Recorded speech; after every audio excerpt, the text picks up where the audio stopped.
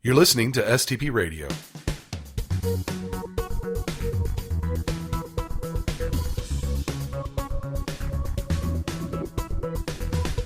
Hello, everyone. Welcome back to STP Radio. My name is Mike Lyles, and this is our next series preparing for our upcoming conference with STPCon, which we do twice a year.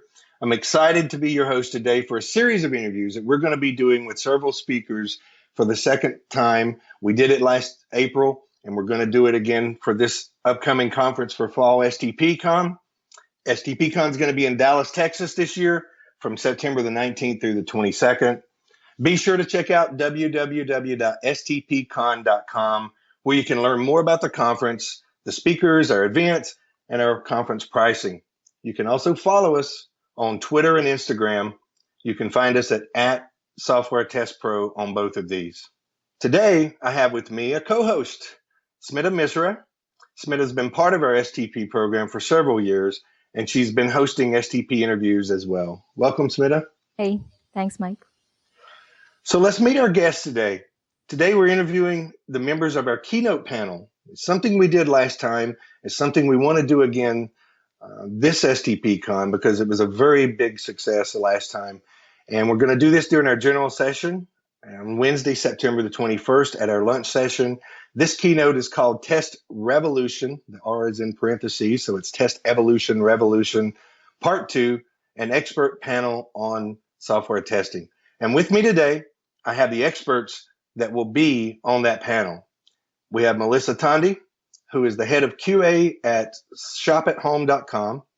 We have Mary Thorne, Director of Agile Practices at iPrio, and Paul Grazafi, Director of QA and Automation Program Architect at nThrive. I'd like to start with a quick introduction from each of you guys today. So as you're called upon, just let me know a little bit about you, how you got into testing, and anything else that you'd like to share with us about you. Let's start with you, Melissa. Hi, nice to be with everybody today. So I'm Melissa. I've spoken at a number of STPCon conferences. I love it. I look forward to them every year. I'm especially excited to speak at a couple of instances this year again. So I've been in quality assurance testing, quality engineering for the last 20 plus years. Kind of fell into that role right out of college, was broke, had a very interesting position that was presented to me to earn a couple bucks around user acceptance testing, fell in love with it, and I never looked back. So I've kind of focused for the last 20 or so years on efficiencies around team building and just evangelizing and pushing and advocating for quality engineering in specific organizations. Awesome. And let's talk to Mary Thorne. Tell us a little bit about yourself, Mary. Similar to Melissa, I'm currently the Director of Software Testing and Agile Practices at iPrio. I fell into testing right out of college, luckily doing Y2K work for the Department of Transportation. I did the development and then I did the analysis. I did the development and then I did the testing. I realized I'm really bad at coding, and so I better pick this testing thing up really quick. So I've been doing testing for about 20 years, and it's just a passion of mine. And to, a lot like Melissa, it's just process improvement, team building, and trying to get us all to continuously improving all of our skills and upskilling of our own selves. Awesome. And last but not least, Paul Grazafi. Yeah, so I got into testing sort of similar, but a little differently. I was recruited out of grad school to work at a telecommunications company and be in their test automation group.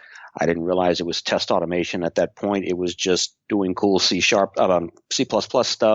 And I fell in love with the idea of delivering tools and value to a different type of user base, the tester and QA user base.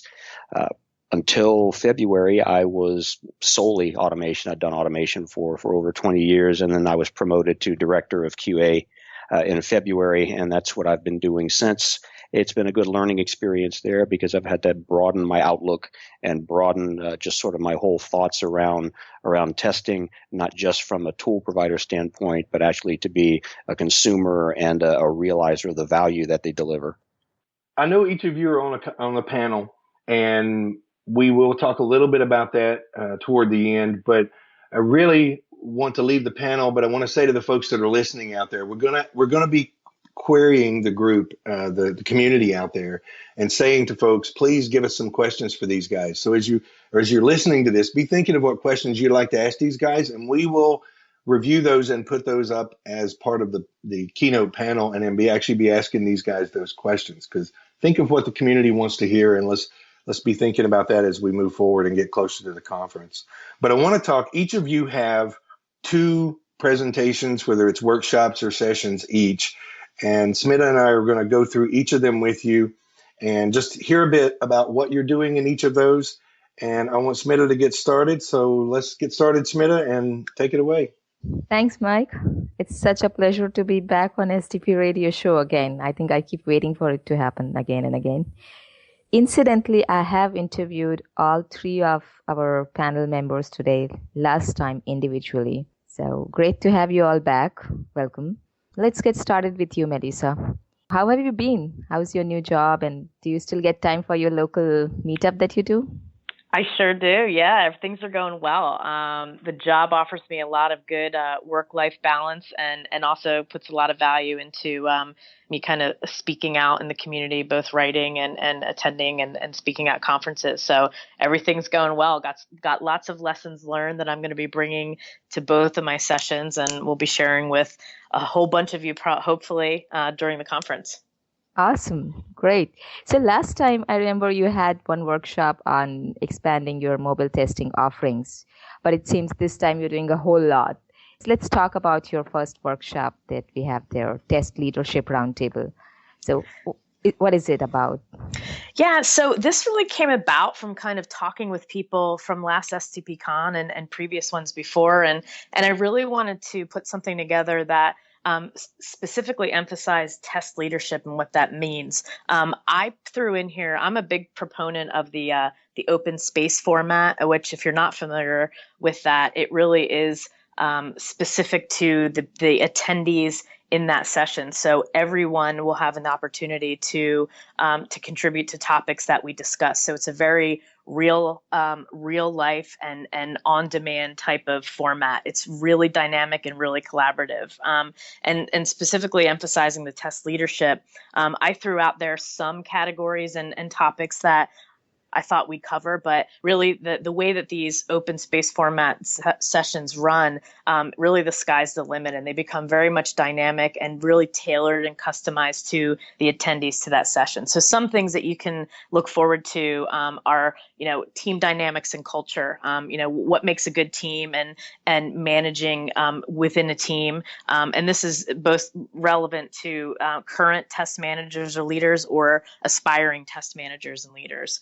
We'll also talk a little bit about test automation because that always seems to be a hot topic, in addition to mobile testing. And one topic that's very near and dear to my heart, accessibility. And we'll talk a little bit about jump-starting some accessibility services that we can bring immediately into our current testing offerings.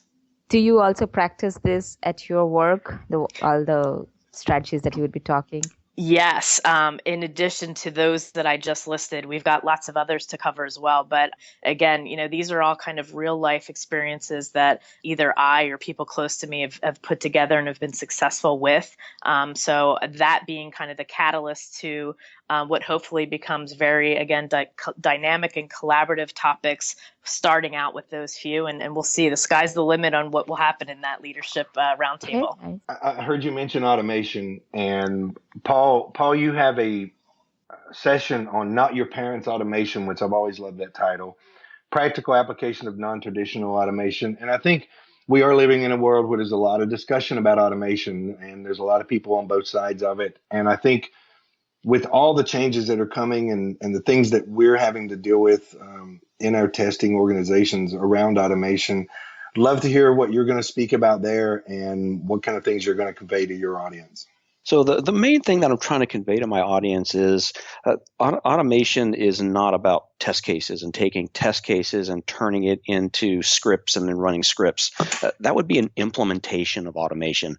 I prefer to think of automation as a judicious application of technology to help testers be more effective or more efficient. And if we can look at it that way, it sort of opens a scope up for us to be able to think of different types of things as automation, because we can really use technology as a force multiplier to help make the testers more effective or more efficient.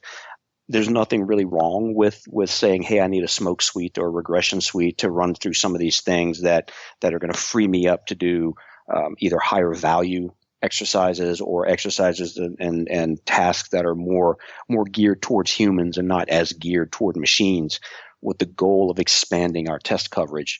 We do that. We do that where we are at InThrive, but we also adopt some alternate approaches that have actually proven to give us value. These are some things I started exploring more specifically back when we were at GameStop. I had a boss there, a leader, who introduced me to this notion that he called automation assist, which is this umbrella term for non-traditional automation. And what I'll do is I'll go through some examples, because I find that these really sort of give the attendees something they can take and go, hey, you know what? I can't take that and use it as is, but I can take that and it inspires me to bend it and fold it and change it in a way that I can take home and use it tomorrow or use it Monday when I get back to my desk. So I'll take these real life examples that I've had in my own career where we've done some non-traditional things and show how they brought value to the table. I love that. And, and I think it's to be said here, Paul, you're a big part of our program in building out automation courses and workshops and sessions for us. And I think your input, just like you're saying here, your knowledge of what does automation do and your aspect and your outlook on how automation should be done and what people think about automation, I think is really beneficial to the community, but also very beneficial to STPCon. And we appreciate that so much. Well, thank you. I appreciate it. I appreciate the opportunity to do it. It's been fun. I've learned a lot. Reading other people's abstracts and proposals and going through their presentations and stuff like that. It's been a good learning experience for me to take and bake into my own career and in my own presentation. I find that I'm very lacking in the artistic part. I look at other people's slides and go, damn, I wish I was that good, because I feel like mine look like an elementary school kid did them. No, I enjoyed your presentation in San Francisco at the last STPCon about as good as I enjoyed anything else. I really enjoy your style and the way you speak there. And like I said, I think anybody that's in automation, and there's so many others to talk here, but I think anyone that's in automation really should consider STPCon just for what the team has put together. What Paul's been part of is finding the right folks to come here. We've got Richard Bradshaw there with automation as well, and a lot of good folks speaking about some great automation processes, tools, and just overall concepts. Awesome. Paul, just to mention, I really like your explicit comments on automation one. So it really makes it very easy to, even if I don't know those techniques so in depth, it really makes it so easy to review the stuff with your comments. So thank you actually for doing it. Oh, and thank you. Let's talk to Mary. How have you been, Mary, all this while? We haven't talked since last STP, I guess. Busy, good. Transitioning from my current role of software testing engineer to more of an agile practices role. So doing both roles for a time being. I'm finding that I can't do both. So trying to figure out how to do both has been a challenge, but good. It's been fun, and testing is always going to be mainstream in my life. So even if it's in agile practices or software test engineering, it's one of those things where I have that experience and I can lead in both directions. Definitely. What I find very interesting about your work each time you come to STP is that you've already worked on your stuff. There's always something new and something, and then there are also classes which you've already done, sessions which you've already done, and those are, again, you add some new flavor each time to it. So how is this particular workshop that you're going to do about agile testing, techniques to survive and thrive? Is it something that you're doing for the first time? Is it an evolved presentation, or like you've done it before? I've done this once before. I always take the workshops. Mike Lyles came and did something in Raleigh for us in March, and it's something that Bob Galen and I trialed out there. And so this is our second time at it. We got really good responses from it. A lot of the people are still transitioning from a waterfall world to an agile world, or they've been to agile for a year and it's still not clicking. And so a lot of the techniques that we introduced, some people might find, oh, these are things that, I've done for a while, but actually a lot of people are like, wow, doing regression and trying to get regression done in a sprint, if it's not automated, these are really some good techniques that I can really look into and figure out, okay, this is how I reduce my regression suite. This is how I test smarter. This is what I'm not going to test. It's a lot around how can we think about getting regression done in sprints or in hardening sprints if test automation is not where it's supposed to be. I mean, that's one of the biggest challenges, right? Because a lot of times you come into these organizations and test automation is not where it's supposed to be. You get somebody like Paul to come in and bring it to where it needs to be, but it still takes time. You can't just all of a sudden in 2 months or 3 months have full regression automated. And so there's a lot of techniques that it's about 4 or 5 or 6 techniques that Bob and I have used over the past 10 years doing agile around how to really test smarter, and there are more agile techniques, but it's something that a lot of people find a lot of value in. That could work for me. That might solve my problem that I'm having, and trying to prevent things like scrum or fall happening within the sprint, et cetera, when you don't have the test automation where you need it to be. Right. So, in fact, I found one sentence in your abstract very interesting that said that you leave this workshop with your toolbox overflowing with the new ideas and approaches. So, I know you'll be definitely talking about the ideas and approaches, but quickly, would you also be talking specifically about some tools that we could use? There are a couple of tools that we recommend in the workshop, from either ones that you pay or free, or just even souped up Excel spreadsheets. Okay, thank you. I like it that you're talking about new techniques, new things to be thinking about. I think that's one of the things that STPCon does very well is kind of introduce new ideas and concepts to our attendees. And Melissa, you've got a very awesome session coming up for the tester's role, balancing technical acumen and user advocacy. And I think the part I love about that is years ago, testers would say, I'm not a technical guy. I can't be a technical guy or girl. And I want to focus only on what I'm doing in testing. But we know that today's world, it's not common practice, and people need to be more prepared to be more involved on the development side, and dev needs to be talking to the testing teams.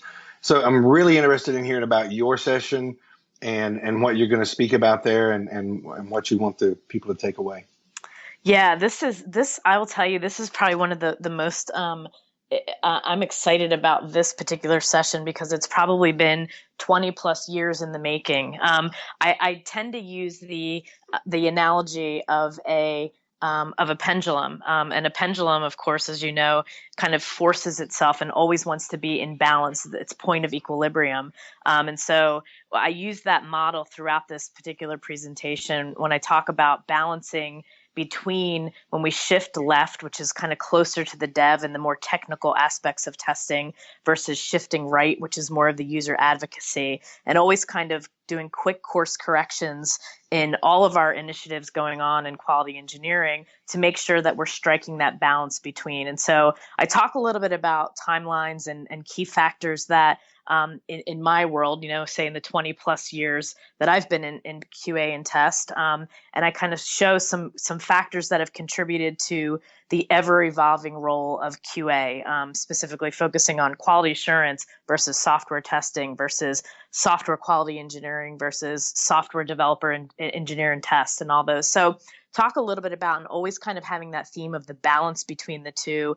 And then when you have that balance, you're able to really look and create efficiencies. And of course, with creating a more efficient operating model, you create more bandwidth in which to bring in more services and more testing areas to expand your current offerings. And so this session is really kind of the a culmination of 20 plus years of my career, and of course bringing in feedback from many others that I've worked with, and really kind of focusing on that balance and always using that pendulum as our guide to strike that balance between technical acumen and user advocacy.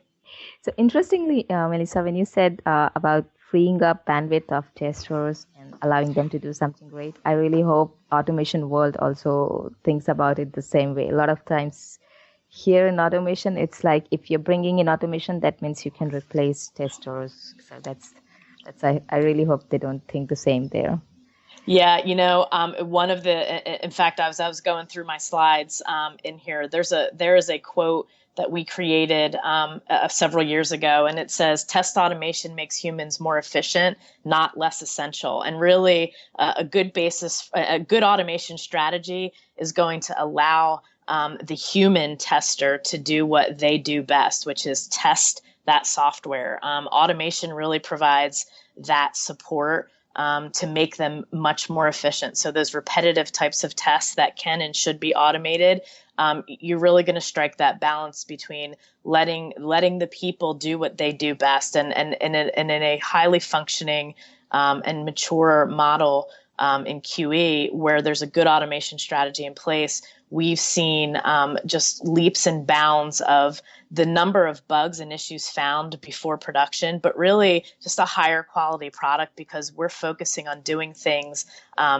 like testing outliers and testing scenarios that we never really had the time to do. And that is absolutely balanced with a good automation strategy. Certainly not a replacement for the humans in that specific area.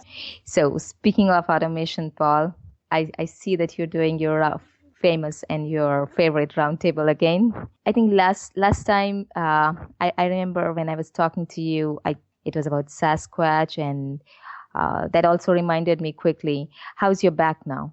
I'm sorry. My back is much better. I just finished physical therapy last week, and now I'm released on my own recognizance to actually go to the gym and continue my alleged progress. But things are much, much better than they were before. Thank you. Very nice. So coming back to your roundtable, what is it that you love so much about it, and what is it that because I know it's a very popular roundtable on STP too. So what is it that you really give it to your audience that's so popular and that you do it every time? It really hits, I think, the sweet spot for me from a presentation standpoint, where I get to share some ideas, but I also selfishly get to hear everybody else's ideas, and I get to learn from what they're doing as well, because it's more of an actual sort of roundtable. The idea is people come in and bring in their ideas and or their questions or their challenges and say, I'm having a problem with getting the developers to help me with this particular automation piece, or I'm having a problem figuring out how best to wedge automation into this particular facet of my testing approach. And it's not about me answering these questions. It's about me facilitating other people answering these questions, because automation is so dependent on the context and the frame of reference that you're in. So things that work for your company might not work for my company. And even in my company, things that work for one team don't work for another team because the demographic is different, the product is different, the user base is different. So I've got certain templates I can apply, but we always have to modify almost immediately because of the different frame of reference that we have. It's interesting to get the answers to these questions in different frames of reference. That actually helps not only me, but it helps the person with the challenge, and even the people who have overcome this challenge or having the same challenge as well, get new ideas that they can take back home. So I think it's one of those everybody kind of wins situations. Mm-hmm. In fact, it's it's like hitting the bull's eye when you say this, because I haven't seen another form of testing that has been so much in controversies, so much debated about, so much talked about, and everyone has a different opinion and perspective about it. And definitely because obviously their frame of reference is different, they're implementing it in a different context. But I also think that the fact that some of the tools and the cost around it are so high that it makes it very imperative to actually attend such roundtables or go to somebody and talk to many people before you actually take your step and get into the thick of these things. I could go on for hours and hours and hours about the four things that you just said right there. But you really you focused in on what's going on there. Is there are a lot of opinions. The opinions are being formed sometimes with lots of context and sometimes with a very narrow context because the people forming the opinion only have one frame of reference. I tried it, it didn't work for me, therefore automation doesn't work. Or I was in a company once where they came in, they automated, and they fired us. Or the plan was to fire us and I got the hell out. How that worked out for them, who knows, right? Because they got out. But it's one of those things where if you haven't been through a lot of these, your first taste is what you always remember. And if your first taste was bad, and many times it is because people are going forward with automation with the wrong idea in mind, with incorrect expectations that are never going to be met. So obviously it's a flaming dumpster fire by the time you're finished with it, and it leaves a bad taste in your mouth, and you don't want to deal with that again. Flaming dumpster fire. I just saw that in my mind when you said that. Thank you so much. Anytime. So, speaking of controversy, I think there's the world is moving to a lot of agile concepts. Some companies are doing what I love to hear Bob and Mary talk about, big A and little a agile, and to hear them speak about the differences. It really helped us last time at San Francisco to understand what folks are seeing is big A agile, little a agile. But the big controversy we're seeing right now is folks are saying we're agile now. We don't need test management. We don't need that leadership. We got this, we're taking care of it ourselves. And I think this workshop that you're doing, Mary, is really going to help folks understand, how do I deal with that? How do I show that there's value in having test management and leadership within an agile team? And your workshop is called Leading Agile Testers Successfully Making the Leap with Bob Galen. And can you tell us a little bit about that and what you're hoping to do there? Yeah, it's a lot what you just said, Mike. When Bob and I wrote the book, The 3 Pillars of Agile Quality and Testing, we went through it, and there's several chapters where we just didn't get into the depth that we really wanted to. And our intention has been that we would add on content, add on chapters to the books. Instead, in working up to that, we've decided to do workshops and get feedback from workshops around some of the content that we would add to chapters. And so this is one of those chapters where we felt we didn't have enough meat in it, and we really wanted to expand on the role of test leaders, what their mission is, what their vision is, how do we, what's the day in the life of that person supposed to be doing, and what's the value that they bring, right? And so it comes a lot around leadership, a lot around really just how to take the Agile manifesto and what it means, bring that to testing specific leadership, and then just how do you partner strategically in your day. I mean, let's be honest, when you get to the test leadership at this level, half your day a lot of time is partnering and selling the value of what you're bringing. And so try to bring some techniques that help do that as well. So everyone that's listening, this, as you can tell, is 6 very awesome workshop sessions, and all of these guys are going to be on the panel, the keynote panel.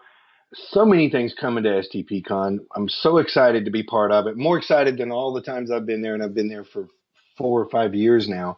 And I want to hear from each of you guys, and we want to know, as we get to Dallas, what kind of things are you looking forward to? Obviously, you want to be ready, prepared to share your message with the audiences, but what kind of things are you looking for? Workshops, sessions, keynotes? What is one thing that each of you that you can think of that's in the program that kind of stands out to you, something you want to hear, that you definitely want to be in attendance at, that you would want to share with everyone else. And tell us a little bit about that. We'll go through the group. And Paul, we'll start with you. Tell us about what presentation are you looking forward to attending and being part of? Well, I've got my whole sort of 4 days mapped out already, but I think the one that I'm probably most interested in attending is Being a Testing Toolsmith by Richard Bradshaw. He came onto my radar, I don't know, a year ago maybe. I hadn't heard of him, but he and I have very, very similar ideas, but different vocabularies in how we approach automation. It seems our focus really is on less of the traditional automation and more on, hey, let's do some things that are going to make testers and testing more effective or more efficient. Than based just strictly on, hey, let's take test cases and let computers do that stuff for us. I'm anxious to see where we differ and have some good discussions around those different points there. I'm a big fan of what he's been doing also with his whiteboard testing videos. Very cool stuff. I agree completely. I think getting Richard there is like one of the big names that's really being seen a lot by the community out there on Twitter and in the community everywhere really right now. So we're getting him at a hot time in his career. And the other thing is, it's not part of the program per se, but it's the hallway conversations and the after hours conversations at the speaker meet and greets and the vendor receptions and stuff. I've made so many relationships that have been valuable. People that I can ping a question to, or they can ping a question back to me. We can have a quick discussion and build my knowledge network, not my job seeking network, but my knowledge network out across disciplines, across companies, across different types of technologies, and across countries, that with just the way the world is and the connectivity we have today, we can jump on Skype or we can ping back and forth on Twitter. People should really take advantage of the fact that they would have access to people in less formal situations. Agree completely. So how about you, Melissa? What are you looking forward to being part of?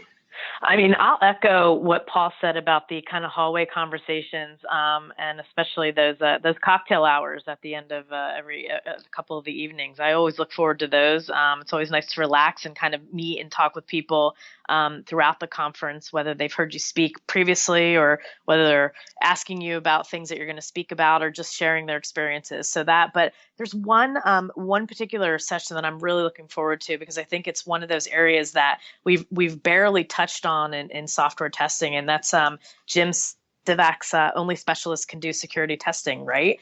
And this is one thing that in my hour-long session, shifting the test role session, I specifically talk a little bit about security testing, and that's one of those kind of nebulous or ambiguous areas that we tend to shy away from. So I am really excited to hear what what Jim's going to have to say about how we can actually bring that way left into our team dynamics, into our agile teams, or certainly what we can do from a testing standpoint, because I certainly touch on some of those from a high level, but I'm very interested to see how he dives into that in his hour-long session. Wow, you guys are picking some really good sessions, and I agree with you. I think security testing is really becoming something that a lot of folks are interested in their companies. Some are doing it, some are not sure they know how to do it, and I think this is really one of the topics we're going to start seeing. We've got a keynote by a guy named Miko, who is going to be talking about security as well. So I think it's going to be a great conference to have those types of discussions around security. I think a lot of people will like it. I think it was a great choice. Mary, how about you? I'm one of those people that when I find good speakers that I like to listen to who have new items out, I kind of go back to them because I know I like their style. I usually agree with what they what they believe in, and just kind of want to see where they're naturally progressing their style. So a couple of speakers that I'm looking forward to hearing from is, I met Smita last time, and I really looking forward to her context-driven strategies. I believe fully in the context-driven testing. I'd like to hear her spiel on it and the techniques that she's implemented around that. That's a lot around what I believe in, especially from an agile perspective. We use a lot around context-driven testing. The other people I really enjoyed listening to are the likes of Mark Tomlinson, who's a veteran for STPCon, and Mike. I'm not here to toot your whistle, but you're always entertaining, and I enjoy coming to listen to your programs as well. Thank you so much. Thank you, Mary. Thank you so much for saying you would be there in my session. That's awesome. Yeah. And Melissa, we have to have those cocktail evenings together again. Right. I wasn't sure whether or not I should emphasize that, but I really do look forward to those. Yes. So great. So you should definitely emphasize that. Did that. Duly noted. Yep. So I have one final question for each of you again, and we'll be wrapping off after that. So since each of you have attended and participated in STPCon before and have been a very, very, very active supporter and participation, have had active participation before, what would you really like to tell the audience who are potentially looking at it or wanting to attend the program? Why should they attend it? Well, I get to see behind the curtain a little bit since I've been helping with vetting proposals and putting together the automation track, as it were. And I know that we, as a smaller group and as a slightly larger group before, we were really focusing on taking the content and bringing it out of sort of the 100 level stuff into the 200, 300, and 400 level stuff, where we've still got some introductory level, particularly on the automation, where there's always going to be there'll always be new people coming in that need some of the introductory level stuff there. But if you look at the program as a whole, there are some really advanced and intermediate concepts here that people can come in and say, okay, I've been to other conferences and I've gotten a baseline. I want to up my game. I want to move on to the next level. And I think STP really gives attendees the opportunity to challenge themselves and to push themselves and get a good mix of conceptual stuff that they can come home and sort of grow up with, but also some practical things that they can take and sit down the next day or back Monday at their desks and say, I learned these new techniques. I'm going to pick one and I'm going to use it today and see how it works out for me. Perfect. Very well said. How about you, Mary? How's it? You know, what I love about, for people when they come is two things. You need to come with an open mind, because you're going to hear some things that you completely disagree with or that you completely love. And so to come with an open mind and really take the time to invest that personal learning. One of the things I'm really passionate about is continuous self-improvement. And if you come to the conference with a good attitude, you'll definitely learn some stuff, whether or not you always agree with it. You keep an open mind, and at least will give you a different way to think about things when you go back to your day-to-day work. Yeah, right. I mean, you are such an authority on Agile, Mary, and I wouldn't be able to think of having detailed conversations or being lucky enough to have such conversations had it not been with you, had it not been for STP. So I'm like, anybody who's wanting to have such conversations with leaders, this is the place. Agreed. Yeah. So what about you, Melissa? What would you suggest the audience? Why should they attend it? Yeah, I mean, I'd say, I think STPCon is just the right size. There are plenty of sessions to choose from throughout, the days within that week that we're going to be speaking, from the tutorials and workshops all the way to the 1 hour sessions. I really, again, and I kind of joke, but I'm very much serious that take advantage of, as Paul mentioned, those hallway conversations of the evening events. If you find that a speaker specifically resonated with you, seek them out. I've had wonderful conversations with speakers that have spoken, and have struck a particular chord with me when I was sitting in their session, and I've gone and sought them out and have had, an hour or two long conversation with them. And so I think everybody that's participating in the conference this year has an open mind. They're not done when after they give their talk or their tutorial. So I would say, take advantage of those hallway conversations, those events, those in between session times, and really dig into deep and make sure that you can take back the very next day you get back into your office and make sure that you've got the tools that you need to implement some of those things that you're going to be hearing and getting excited about. Most definitely. Thank you so much, Melissa. Well, guys, audience out there that's listening, if you've not signed up for this conference yet, I'm wondering what you're waiting on. We're hearing 3 great speakers who are going to do a great keynote panel. I'm so excited to hear them speak. I'm so excited for these 6 sessions. These guys have brought up some really good sessions and workshops that they're going to want to be part of. And that's just part of the many things that we're going to have in Dallas, September the 19th through the 22nd. And please get out there, sign up for our newsletter, follow us on Twitter, watch what we're doing, watch our promotions, be ready, sign up, join this conference. We'll see you in Dallas, and we can't wait to have you there with us. And we'll see you in just a couple of weeks. Thank you guys on the panel so much for being part of this. I just want to say a big thanks to you. Thank you. Hey, thank you. Appreciate it. It's always a blast. And thanks to my co-host, Smita. Thank you so much. Thank you for having me. Thanks. All right. Thank you all on panel. And we'll see you guys in Dallas. Yes. All right. Thanks Absolutely. so much. Thanks for listening to this episode of STP Radio. You can find out more about STPCon coming up in Dallas September 19th through the 22nd by visiting STPCon.com. For more information, discounts, and more STP Radio episodes, follow us on Twitter at SoftwareTestPro.